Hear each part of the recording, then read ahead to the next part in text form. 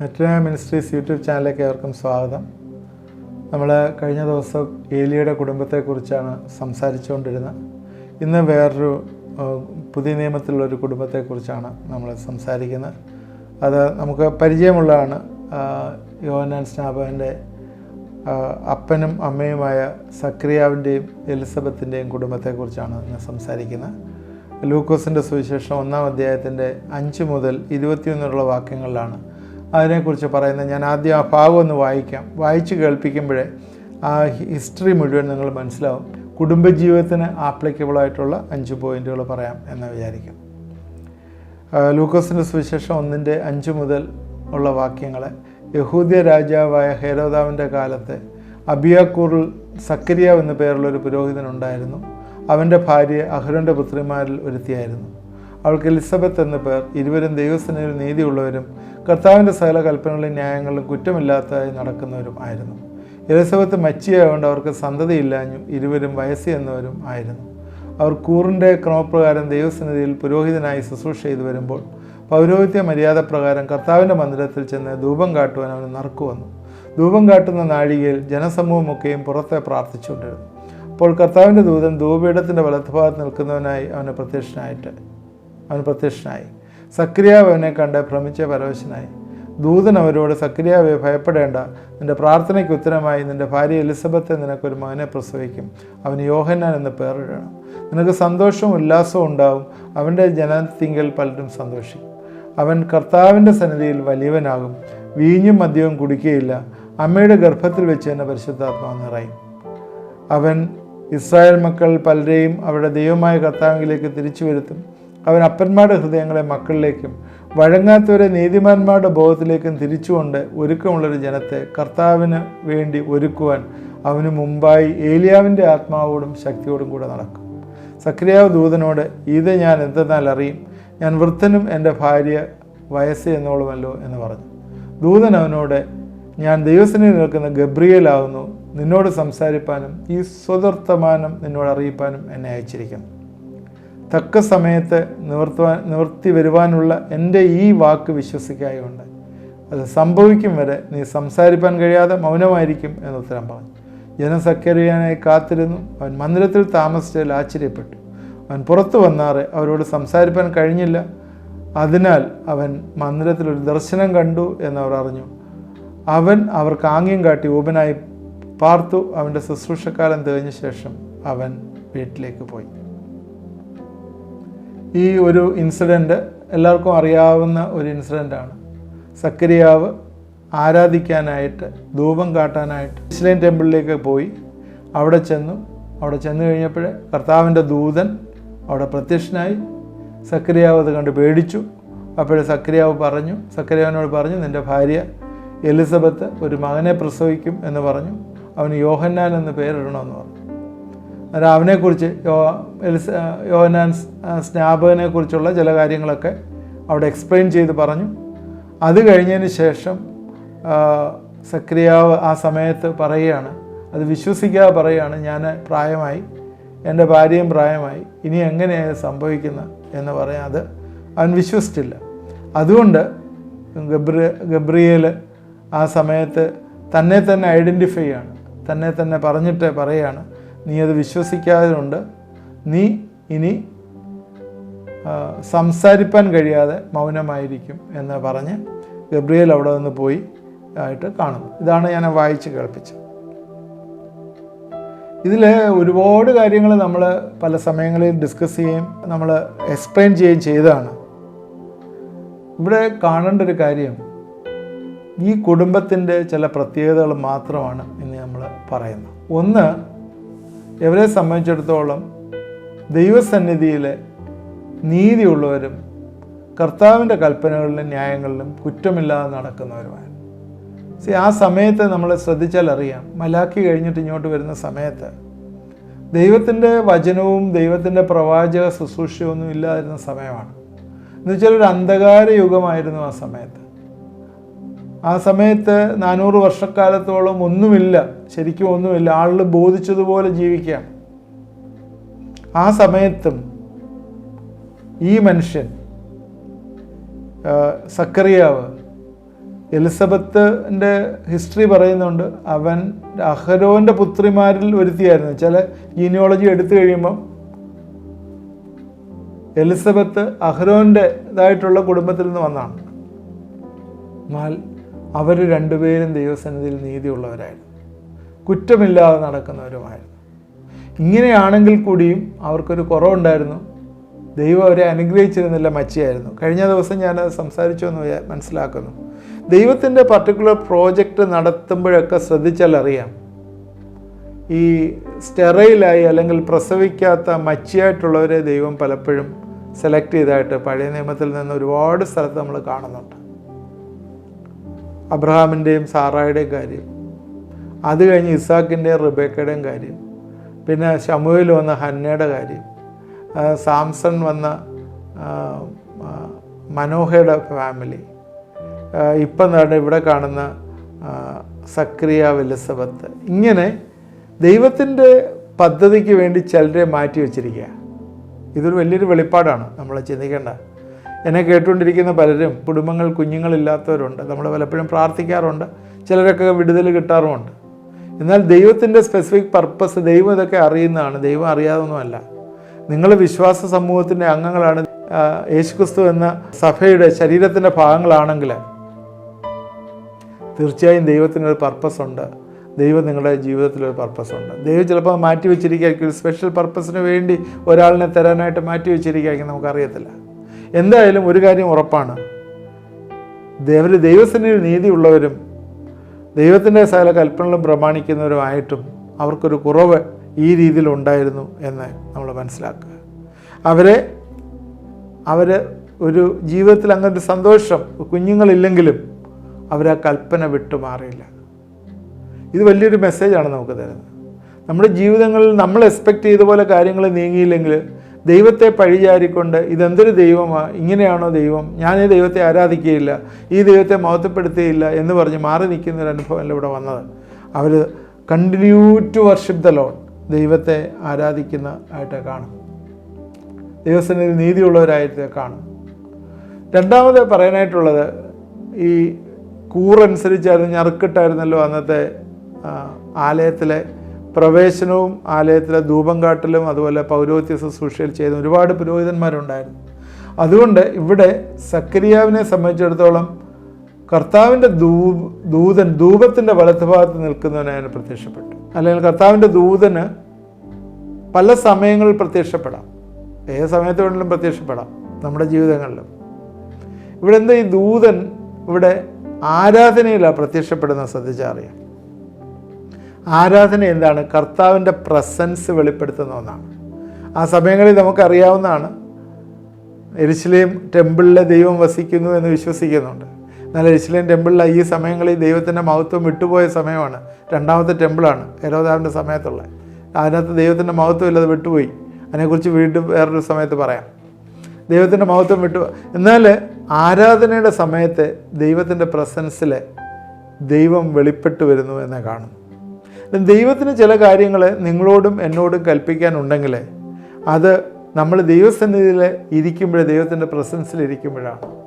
അവിടെ നിങ്ങളുടെ കുഞ്ഞുങ്ങളെക്കുറിച്ചുള്ള ആലോചനയോ നിങ്ങളുടെ കുടുംബത്തെക്കുറിച്ചുള്ള ആലോചനയോ നിങ്ങളുടെ ഭാവിയെക്കുറിച്ചുള്ള ആലോചനയോ ദൈവം തരുന്നത് ദൈവത്തിൻ്റെ പ്രസൻസിൽ ഇരിക്കുന്ന കാണുമ്പോൾ നമ്മൾ മറന്നുപോകാൻ. അതാണ് രണ്ടാമത് ഇതുമായിട്ട് പറയാനായിട്ട് ഞാൻ ആഗ്രഹിച്ച പോയിന്റ്. ഒന്നാമത് പറഞ്ഞത്, ദൈവത്തിൻ്റെ സന്നിധിയിൽ നീതിയുള്ളവരാണ് നടന്നെങ്കിലും ദൈവം ചിലപ്പോഴേ നിങ്ങളെ ഒരു പർട്ടിക്കുലർ പ്രോജക്റ്റിന് വേണ്ടി സെപ്പറേറ്റ് ചെയ്യാതിരിക്കാം. അവിടെയും ചില നെഗറ്റീവ്സ് ഉണ്ടാവാം, അത് ദൈവത്തെ തള്ളിപ്പറയാനല്ല. രണ്ടാമത് പറഞ്ഞത്, ആരാധനയിലെ ദൈവത്തിൻ്റെ പ്രസൻസിലിരിക്കുമ്പോഴാണ് ദൈവം പല കാര്യങ്ങളും വെളിപ്പെടുത്തി തരുന്നത്. മൂന്നാമത് 13-ാം വാക്യത്തിൽ പറയുന്നത്, നിൻ്റെ പ്രാർത്ഥനയ്ക്ക് ഉത്തരമായി. പ്രാർത്ഥനയ്ക്ക് ഉത്തരം തരും, ദൈവം ഉത്തരം തരുന്ന ദൈവമാണ്. ദൈവത്തിൻ്റെ പ്രസൻസിലിരുന്ന് പ്രാർത്ഥിക്കുമ്പോഴാണ് ദൈവം പ്രാർത്ഥനയ്ക്ക് ഉത്തരം തരുന്നത്. എന്ത് സ്ഥിതിയായാലും, ഏത് മാനസികമായിട്ടുള്ള പ്രയാസങ്ങളായാലും, ഏത് രോഗ അവസ്ഥയായാലും, ജീവിതത്തിലെ ഏത് ബുദ്ധിമുട്ടായാലും രണ്ടുപേര് ഒരുമിച്ചിരുന്ന് പ്രാർത്ഥിക്കും. അല്ലെങ്കിൽ പിതാവും മാതാവും കുഞ്ഞുങ്ങളും കൂടെ ഇരുന്ന് പ്രാർത്ഥിക്കുമ്പോൾ അവിടെ വലിയൊരു ദൈവത്തിൻ്റെ വെളിപ്പാടുകൾ, പ്രാർത്ഥനയ്ക്ക് ഉത്തരം കിട്ടുന്നു എന്ന് നമ്മൾ മനസ്സിലാക്കുക. അത് ഏറ്റവും പ്രധാനപ്പെട്ടൊരു കാര്യമാണ്. അത് നമ്മൾ ഓർക്കുക. ദൈവം നമുക്ക് പ്രാർത്ഥനയ്ക്ക് ഉത്തരം തരുന്ന ദൈവമാണ്. അയ്യോ ഇതൊന്നും ദൈവം കേൾക്കുന്നില്ലേ, ഇതൊന്നും കാണുന്നില്ലേ, ഇതൊന്നും എന്താണ് നമ്മൾ എത്രയോ നാളായിട്ട് ഉപവസിച്ച് പ്രാർത്ഥിക്കുന്നത് നടക്കുന്നില്ലേ എന്ന് പറയല്ല. ദൈവത്തിന് സമയമുണ്ട്, ദൈവം അത് തരിക തന്നെ ചെയ്യും. അദ്ദേഹം പ്രാർത്ഥനയ്ക്ക് ഉത്തരം തരും. നമ്മൾ എക്സ്പെക്റ്റ് ചെയ്യുന്ന രീതിയിലല്ലായിരിക്കാം ദൈവം ഉത്തരം തരുന്നത്, എന്നാൽ ദൈവം അത് കേട്ട് ഉത്തരം തരും എന്ന് നമ്മൾ പറഞ്ഞത്. മൂന്നാമത്, പ്രാർത്ഥനയ്ക്ക് നമുക്ക് ഉത്തരം ലഭിക്കണം. അത് കുടുംബത്തിലാണ് ലഭിക്കുന്നത്. നാലാമത് ഇവിടെ കണ്ട ഒരു കാര്യം, ഒരു ഡൗട്ടിങ് സക്കരിയാണ് ഇവിടെ കാണുന്നത്.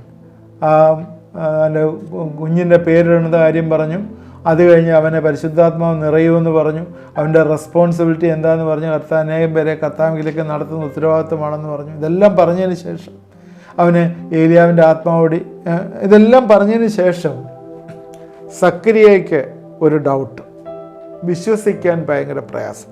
ദൈവം പല കാര്യങ്ങളും നമ്മളോട് സംസാരിക്കുന്നത് നേരിട്ട് നമ്മുടെ ഇറങ്ങി വന്ന് ഒരു ദൂതനെ കൊണ്ടൊന്നും സംസാരിക്കുക. ചില സമയങ്ങളിൽ ദൂതനെ ഇറക്കും, അത് വേറെ വിഷയം. ഇന്ന് ദൈവം നമ്മളോട് സംസാരിക്കുന്നത് ദൈവവചനത്തിൽ കൂടിയും പരിശുദ്ധാത്മാവിന് ഹൃദയത്തിലെ ദൈവവചനത്തിൽ കൂടിയുള്ള കൺവിക്ഷനിൽ കൂടിയാണ് സംസാരിക്കുന്നത്. അതുകൊണ്ട് നമ്മുടെ ജീവിതങ്ങളിലെ ദൈവവചനം ധ്യാനിക്കുകയും ആ ദൈവവചനത്തിൽ നമ്മൾ മെഡിറ്റേറ്റ് ചെയ്യും, പ്രത്യേകിച്ച് ക്വയറ്റ് ടൈം, ബൈബിൾ സ്റ്റഡി, അതൊക്കെ ഭവനത്തിൽ നമ്മൾ ചെയ്യുമ്പോഴേ അതിൽ കൂടിയാണ് നമ്മുടെ പ്രാർത്ഥനകൾക്ക് ഉത്തരവും നമുക്ക് കാര്യങ്ങളെ ദൈവം നമുക്ക് മനസ്സിലാക്കി തരികയും ചെയ്യുന്നത്. അപ്പോൾ അങ്ങനെ ചെയ്യാതെ ഇരുന്നാൽ എന്താ സംഭവിക്കുന്നത്? ഒരുപാട് ഡൗട്ടുകൾ പിശാച് ഉള്ളിക്കൊണ്ടിടും. ഈ ഡൗട്ടിൻ്റെ ആൾ പിശാചാണ്, പ്രധാനമായിട്ട് ഡൗട്ടിൻ്റെ ആൾ. അവൻ ആദ്യം വിശ്വസിക്കുന്നത് പറഞ്ഞാൽ ദൈവവചനം വിശ്വസിക്കേണ്ടെന്നാണ് പറയുക. ദൈവം എന്ത് പറഞ്ഞു അത് വിശ്വസിക്കരുത്, അതാണ് അവൻ്റെ എയിം എന്ന് പറഞ്ഞാൽ അറക്കുക, മുടിക്കുക എന്നുള്ളതാണ്. അതിനുവേണ്ടി അവൻ നടക്കുന്നത്. അവൻ ഹൃദയത്തിൽ ആ ഡൗട്ടുകൾ കൊണ്ടുവരും. ഇവിടെ അതേപോലെ തന്നെ ഒരു ഡൗട്ട് കൊണ്ടിട്ട്, എന്താണ്? He has trusted in his health. ആരാ?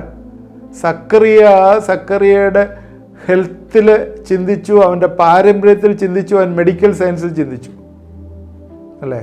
നമ്മളെപ്പോഴും അങ്ങനെ ചിന്തിക്കുന്നത്. മെഡിക്കൽ ഡോക്ടർ ഇങ്ങനെ പറഞ്ഞു, ഇങ്ങനെ ആർക്കും നടക്കത്തില്ല, ഇതുവരെ അങ്ങനെ നടന്നിട്ടില്ല. പാരമ്പര്യത്തിൽ ചിന്തിച്ചു.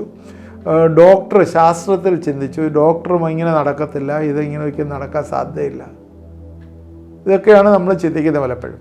പാരമ്പര്യം, മെഡിക്കൽ സയൻസ്, ദൈവം പറഞ്ഞാൽ പലപ്പോഴും കേൾക്കില്ല. അതുകൊണ്ട് ഡൗട്ട് ചെയ്തപ്പോഴേ എന്താ, ദൈവവാക്ക് ഡൗട്ട് ചെയ്തപ്പോഴേ എന്താ സംഭവിച്ചേ? അവൻ മിണ്ടാതായിപ്പോയി, മൗനമായിപ്പോയി. You will not speak. കാരണം നീ പറയുന്നതെല്ലാം അവിശ്വാസം, അതുകൊണ്ട് നീ മിണ്ടരുത്. ഇന്ന് ദൈവം അതാ പറയുന്ന പലരോടും. ഇന്ന് കുടുംബങ്ങളിലെ അവിശ്വാസം പറയുന്നതുകൊണ്ട് ദൈവം ഇന്ന് സംസാരിക്കുന്ന കേൾക്കുന്നില്ല. കുടുംബങ്ങളിൽ നിൻ്റെയും എൻ്റെയും കുടുംബത്തിൽ അവിശ്വാസം പറഞ്ഞുകൊണ്ടിരിക്കുക. അയ്യോ അത് ഷുഗർ അല്ലേ, ഷുഗർ ഒന്നും പോകത്തില്ല, അതൊക്കെ ഹെറിഡിറ്ററി ആയിട്ടുള്ള ഡിസീസാണ്, അതൊക്കെ ഇങ്ങനെ മരുന്ന് കഴിച്ച് കുറച്ച് കുറയ്ക്കാമെന്നല്ല, ഒരിക്കലും പോകത്തില്ല. ആര് പറഞ്ഞു പോകത്തില്ല എന്ന്? ദൈവത്തിന് അത്ഭുതം പ്രവർത്തിക്കാൻ പറ്റും.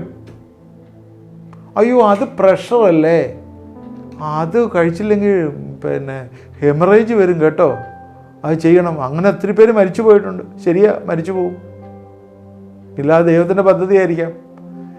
അവിശ്വാസം പറയരുത്. ശാസ്ത്രം അല്ല വലുത്, ദൈവമാണ് വലുത്. എന്നാൽ ശാസ്ത്രം തന്നിരിക്കുന്നത് അത് വിശ്വസിക്കാം, അത് എടുക്കുകയൊക്കെ ചെയ്യാം. എന്നാൽ ദൈവം നിനക്കൊരു കൺവിക്ഷൻ തരികയും ദൈവം നിൻ്റെ ഹൃദയത്തിലെ പരിശുദ്ധാത്മാവിൽ ഉറപ്പ് തരികയും ചെയ്താൽ അവിടെ നീ അവിശ്വാസം പറയരുത് ദൈവവചന പ്രകാരം. അതാണ് ഞാൻ പറയാൻ ഉദ്ദേശിച്ചത്. 90 വയസ്സാകുമ്പോൾ ആരും പ്രസവിക്കാതെ സാധാരണ ചെയ്യാറില്ല, ടെസ്റ്റ് ട്യൂബ് ബേബി വല്ലതും കൊണ്ടുവരണം. ഇപ്പോൾ പുതുതായിട്ട് റോബോട്ടിക് ഒക്കെ കൊണ്ടുവന്ന് റോബോട്ട്സിൻ്റെ ഇടയിൽ കൊണ്ടുവന്നിട്ട് അതിനെ ഗർഭിണിയാക്കുന്നു എന്നൊക്കെ പറഞ്ഞ് എലോൺ മസ്കിൻ്റെ പുതിയ കാര്യങ്ങളൊക്കെ കഴിഞ്ഞ ദിവസങ്ങളിൽ ഞാൻ വായിച്ചു. അങ്ങനെയൊക്കെ വരുന്നുള്ള അത് എക്സ്റ്റേണലായിട്ടുള്ള ഇൻഫ്ലുവൻസ് വഴി ചെയ്യുന്ന കാര്യങ്ങളായിരിക്കും മേ ബി. എന്നാൽ സാധാരണ മെഡിക്കൽ സയൻസിലെ പ്രായമുള്ളവർ, മച്ചിയായിരിക്കുന്നവരൊക്കെ പ്രസവിക്കാൻ ഭയങ്കര പാടാണ്. എന്നാൽ ഞാൻ നിങ്ങളോട് പറയാം, ഇന്ന് എൻ്റെ ഈ വാക്ക് കേൾക്കുന്ന ചില ജീവിതങ്ങളിൽ ഇന്ന് കുഞ്ഞുങ്ങളില്ലെങ്കിൽ ഞാൻ നിങ്ങളോട് പറയുന്ന വാക്ക് നിങ്ങൾ കേൾക്കുക, വിശ്വാസത്തിൽ ഏറ്റെടുക്കുക, നിങ്ങൾ കുഞ്ഞുങ്ങളുണ്ടാവും. ഒരു ഫ്രോക്ക് നിങ്ങൾ തയ്പ്പിക്കുക. ഞാനിത് അങ്ങോട്ട് പറയാം, ചിലർക്ക് ഇന്നൊരു ഒരു വ്യത്യാസം അല്ലെങ്കിൽ ഒരു മിറക്കിൾ അവരുടെ ഭവനത്തിലുണ്ടാവും. ഒരു ഫ്രോക്ക് തയ്പ്പിക്കുക. ഫ്രോക്ക് തയ്പ്പിച്ച് നിങ്ങളെ പ്രാർത്ഥനാ മുറിയുടെ സൈഡിൽ തൂക്കിയിട്ട് അതിനകത്ത് നോക്കിയിട്ട് പ്രാർത്ഥിക്കുക, ദൈവം എൻ്റെ പ്രാർത്ഥനയ്ക്ക് ഉത്തരം തരും. God answered prayer. ദൈവം എനിക്ക് എൻ്റെ പ്രാർത്ഥനയ്ക്ക് ഉത്തരം തരുമെന്ന് പറഞ്ഞ് പ്രാർത്ഥിക്കുക. ഡൗട്ട് ചെയ്യാതെ പ്രാർത്ഥിക്കുക, ദൈവം നിങ്ങൾക്ക് ഉത്തരം തരും. ഇവിടെ ഡൗട്ട് ചെയ്ത സക്കറിയ മിണ്ടാതിരുന്നു, അവിശ്വാസം പറയാൻ മിണ്ടാതിരുന്നു.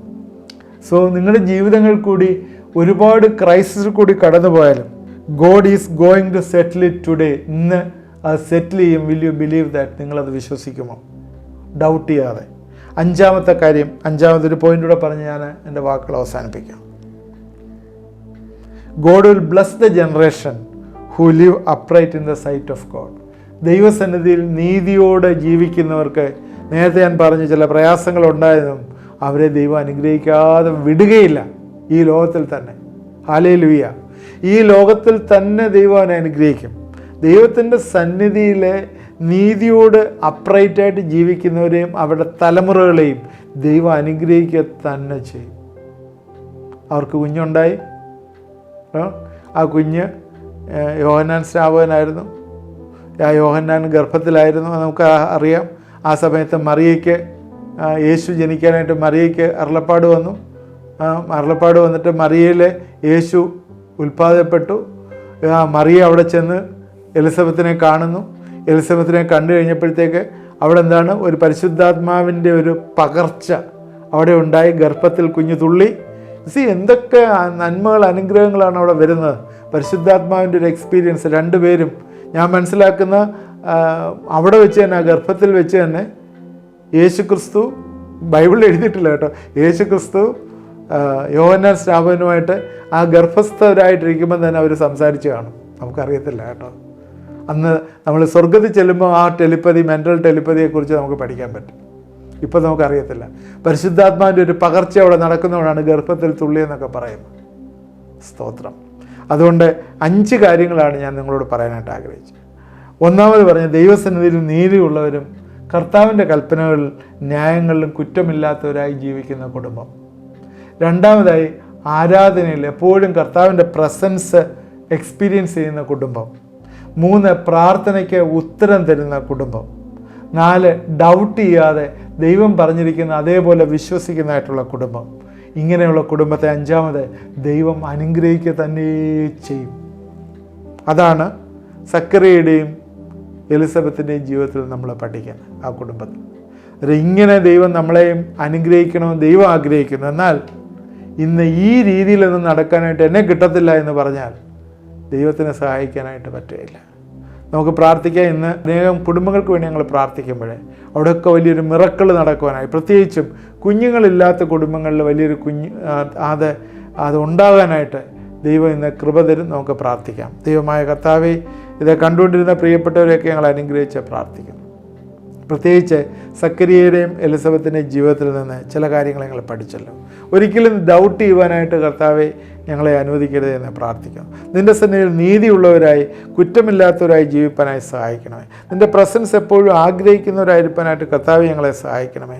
ആരാധിക്കുന്നതിനകത്ത് ഏറ്റവും കൂടുതൽ താല്പര്യം കാണിപ്പാനായിട്ട് സഹായിക്കണമേ. പ്രാർത്ഥനയിൽ ഉത്തരം കണ്ടുപിടിപ്പാനായിട്ട് ഞങ്ങളെ സഹായിക്കണം. ദൈവവചനം പഠിച്ച് കർത്താവെ നീ ഞങ്ങൾക്ക് തരുന്ന ഡയറക്ഷൻ അനുസരിച്ച് ജീവിക്കുന്നവരായിരിക്കാനായിട്ട് ഞങ്ങളെ സഹായിക്കണമേ. അതിനെ ഞങ്ങൾ ഒരിക്കലും ഡൗട്ട് ചെയ്യരുത് എന്ന് പ്രാർത്ഥിക്കുന്നു. ഇന്ന് കർത്താവെ ഞങ്ങളെ പ്രാർത്ഥിക്കുന്നു. 10 വർഷമായി കുഞ്ഞില്ലാതെ ഇരിക്കുന്ന ചില കുടുംബങ്ങൾ ഇത് കാണുകയും എന്നോട് ചേർന്ന് പ്രാർത്ഥിക്കുകയും ചെയ്യുന്നു. പിതാവിൻ്റെയും പുത്രൻ്റെയും പരിശുദ്ധാത്മാവിൻ്റെയും നാമത്തിൽ നീ ആ കുടുംബങ്ങൾ ഗർഭഫലത്തെ നീ കൊടുക്കണമേ എന്ന് പ്രാർത്ഥിക്കുന്നു. ദൈവമേ, വലിയൊരു മിറക്കിള്, ക്രിയേറ്റീവ് മിറക്കിള്, അറിയാത്ത രീതിയിലുള്ളൊരു അനുഗ്രഹം, നന്മ അവിടെ ഭവനത്തിൽ വന്നു ചേരട്ടെ എന്ന് പ്രാർത്ഥിക്കുന്നു. ഇത് കാണുന്നവരെ നീ അനുഗ്രഹിക്കുകയും സഹായിക്കുകയും ചെയ്യണമെന്ന് പ്രാർത്ഥിക്കുന്നു. എൻ്റെ കരങ്ങളിലേക്ക് സമർപ്പിക്കുന്നു.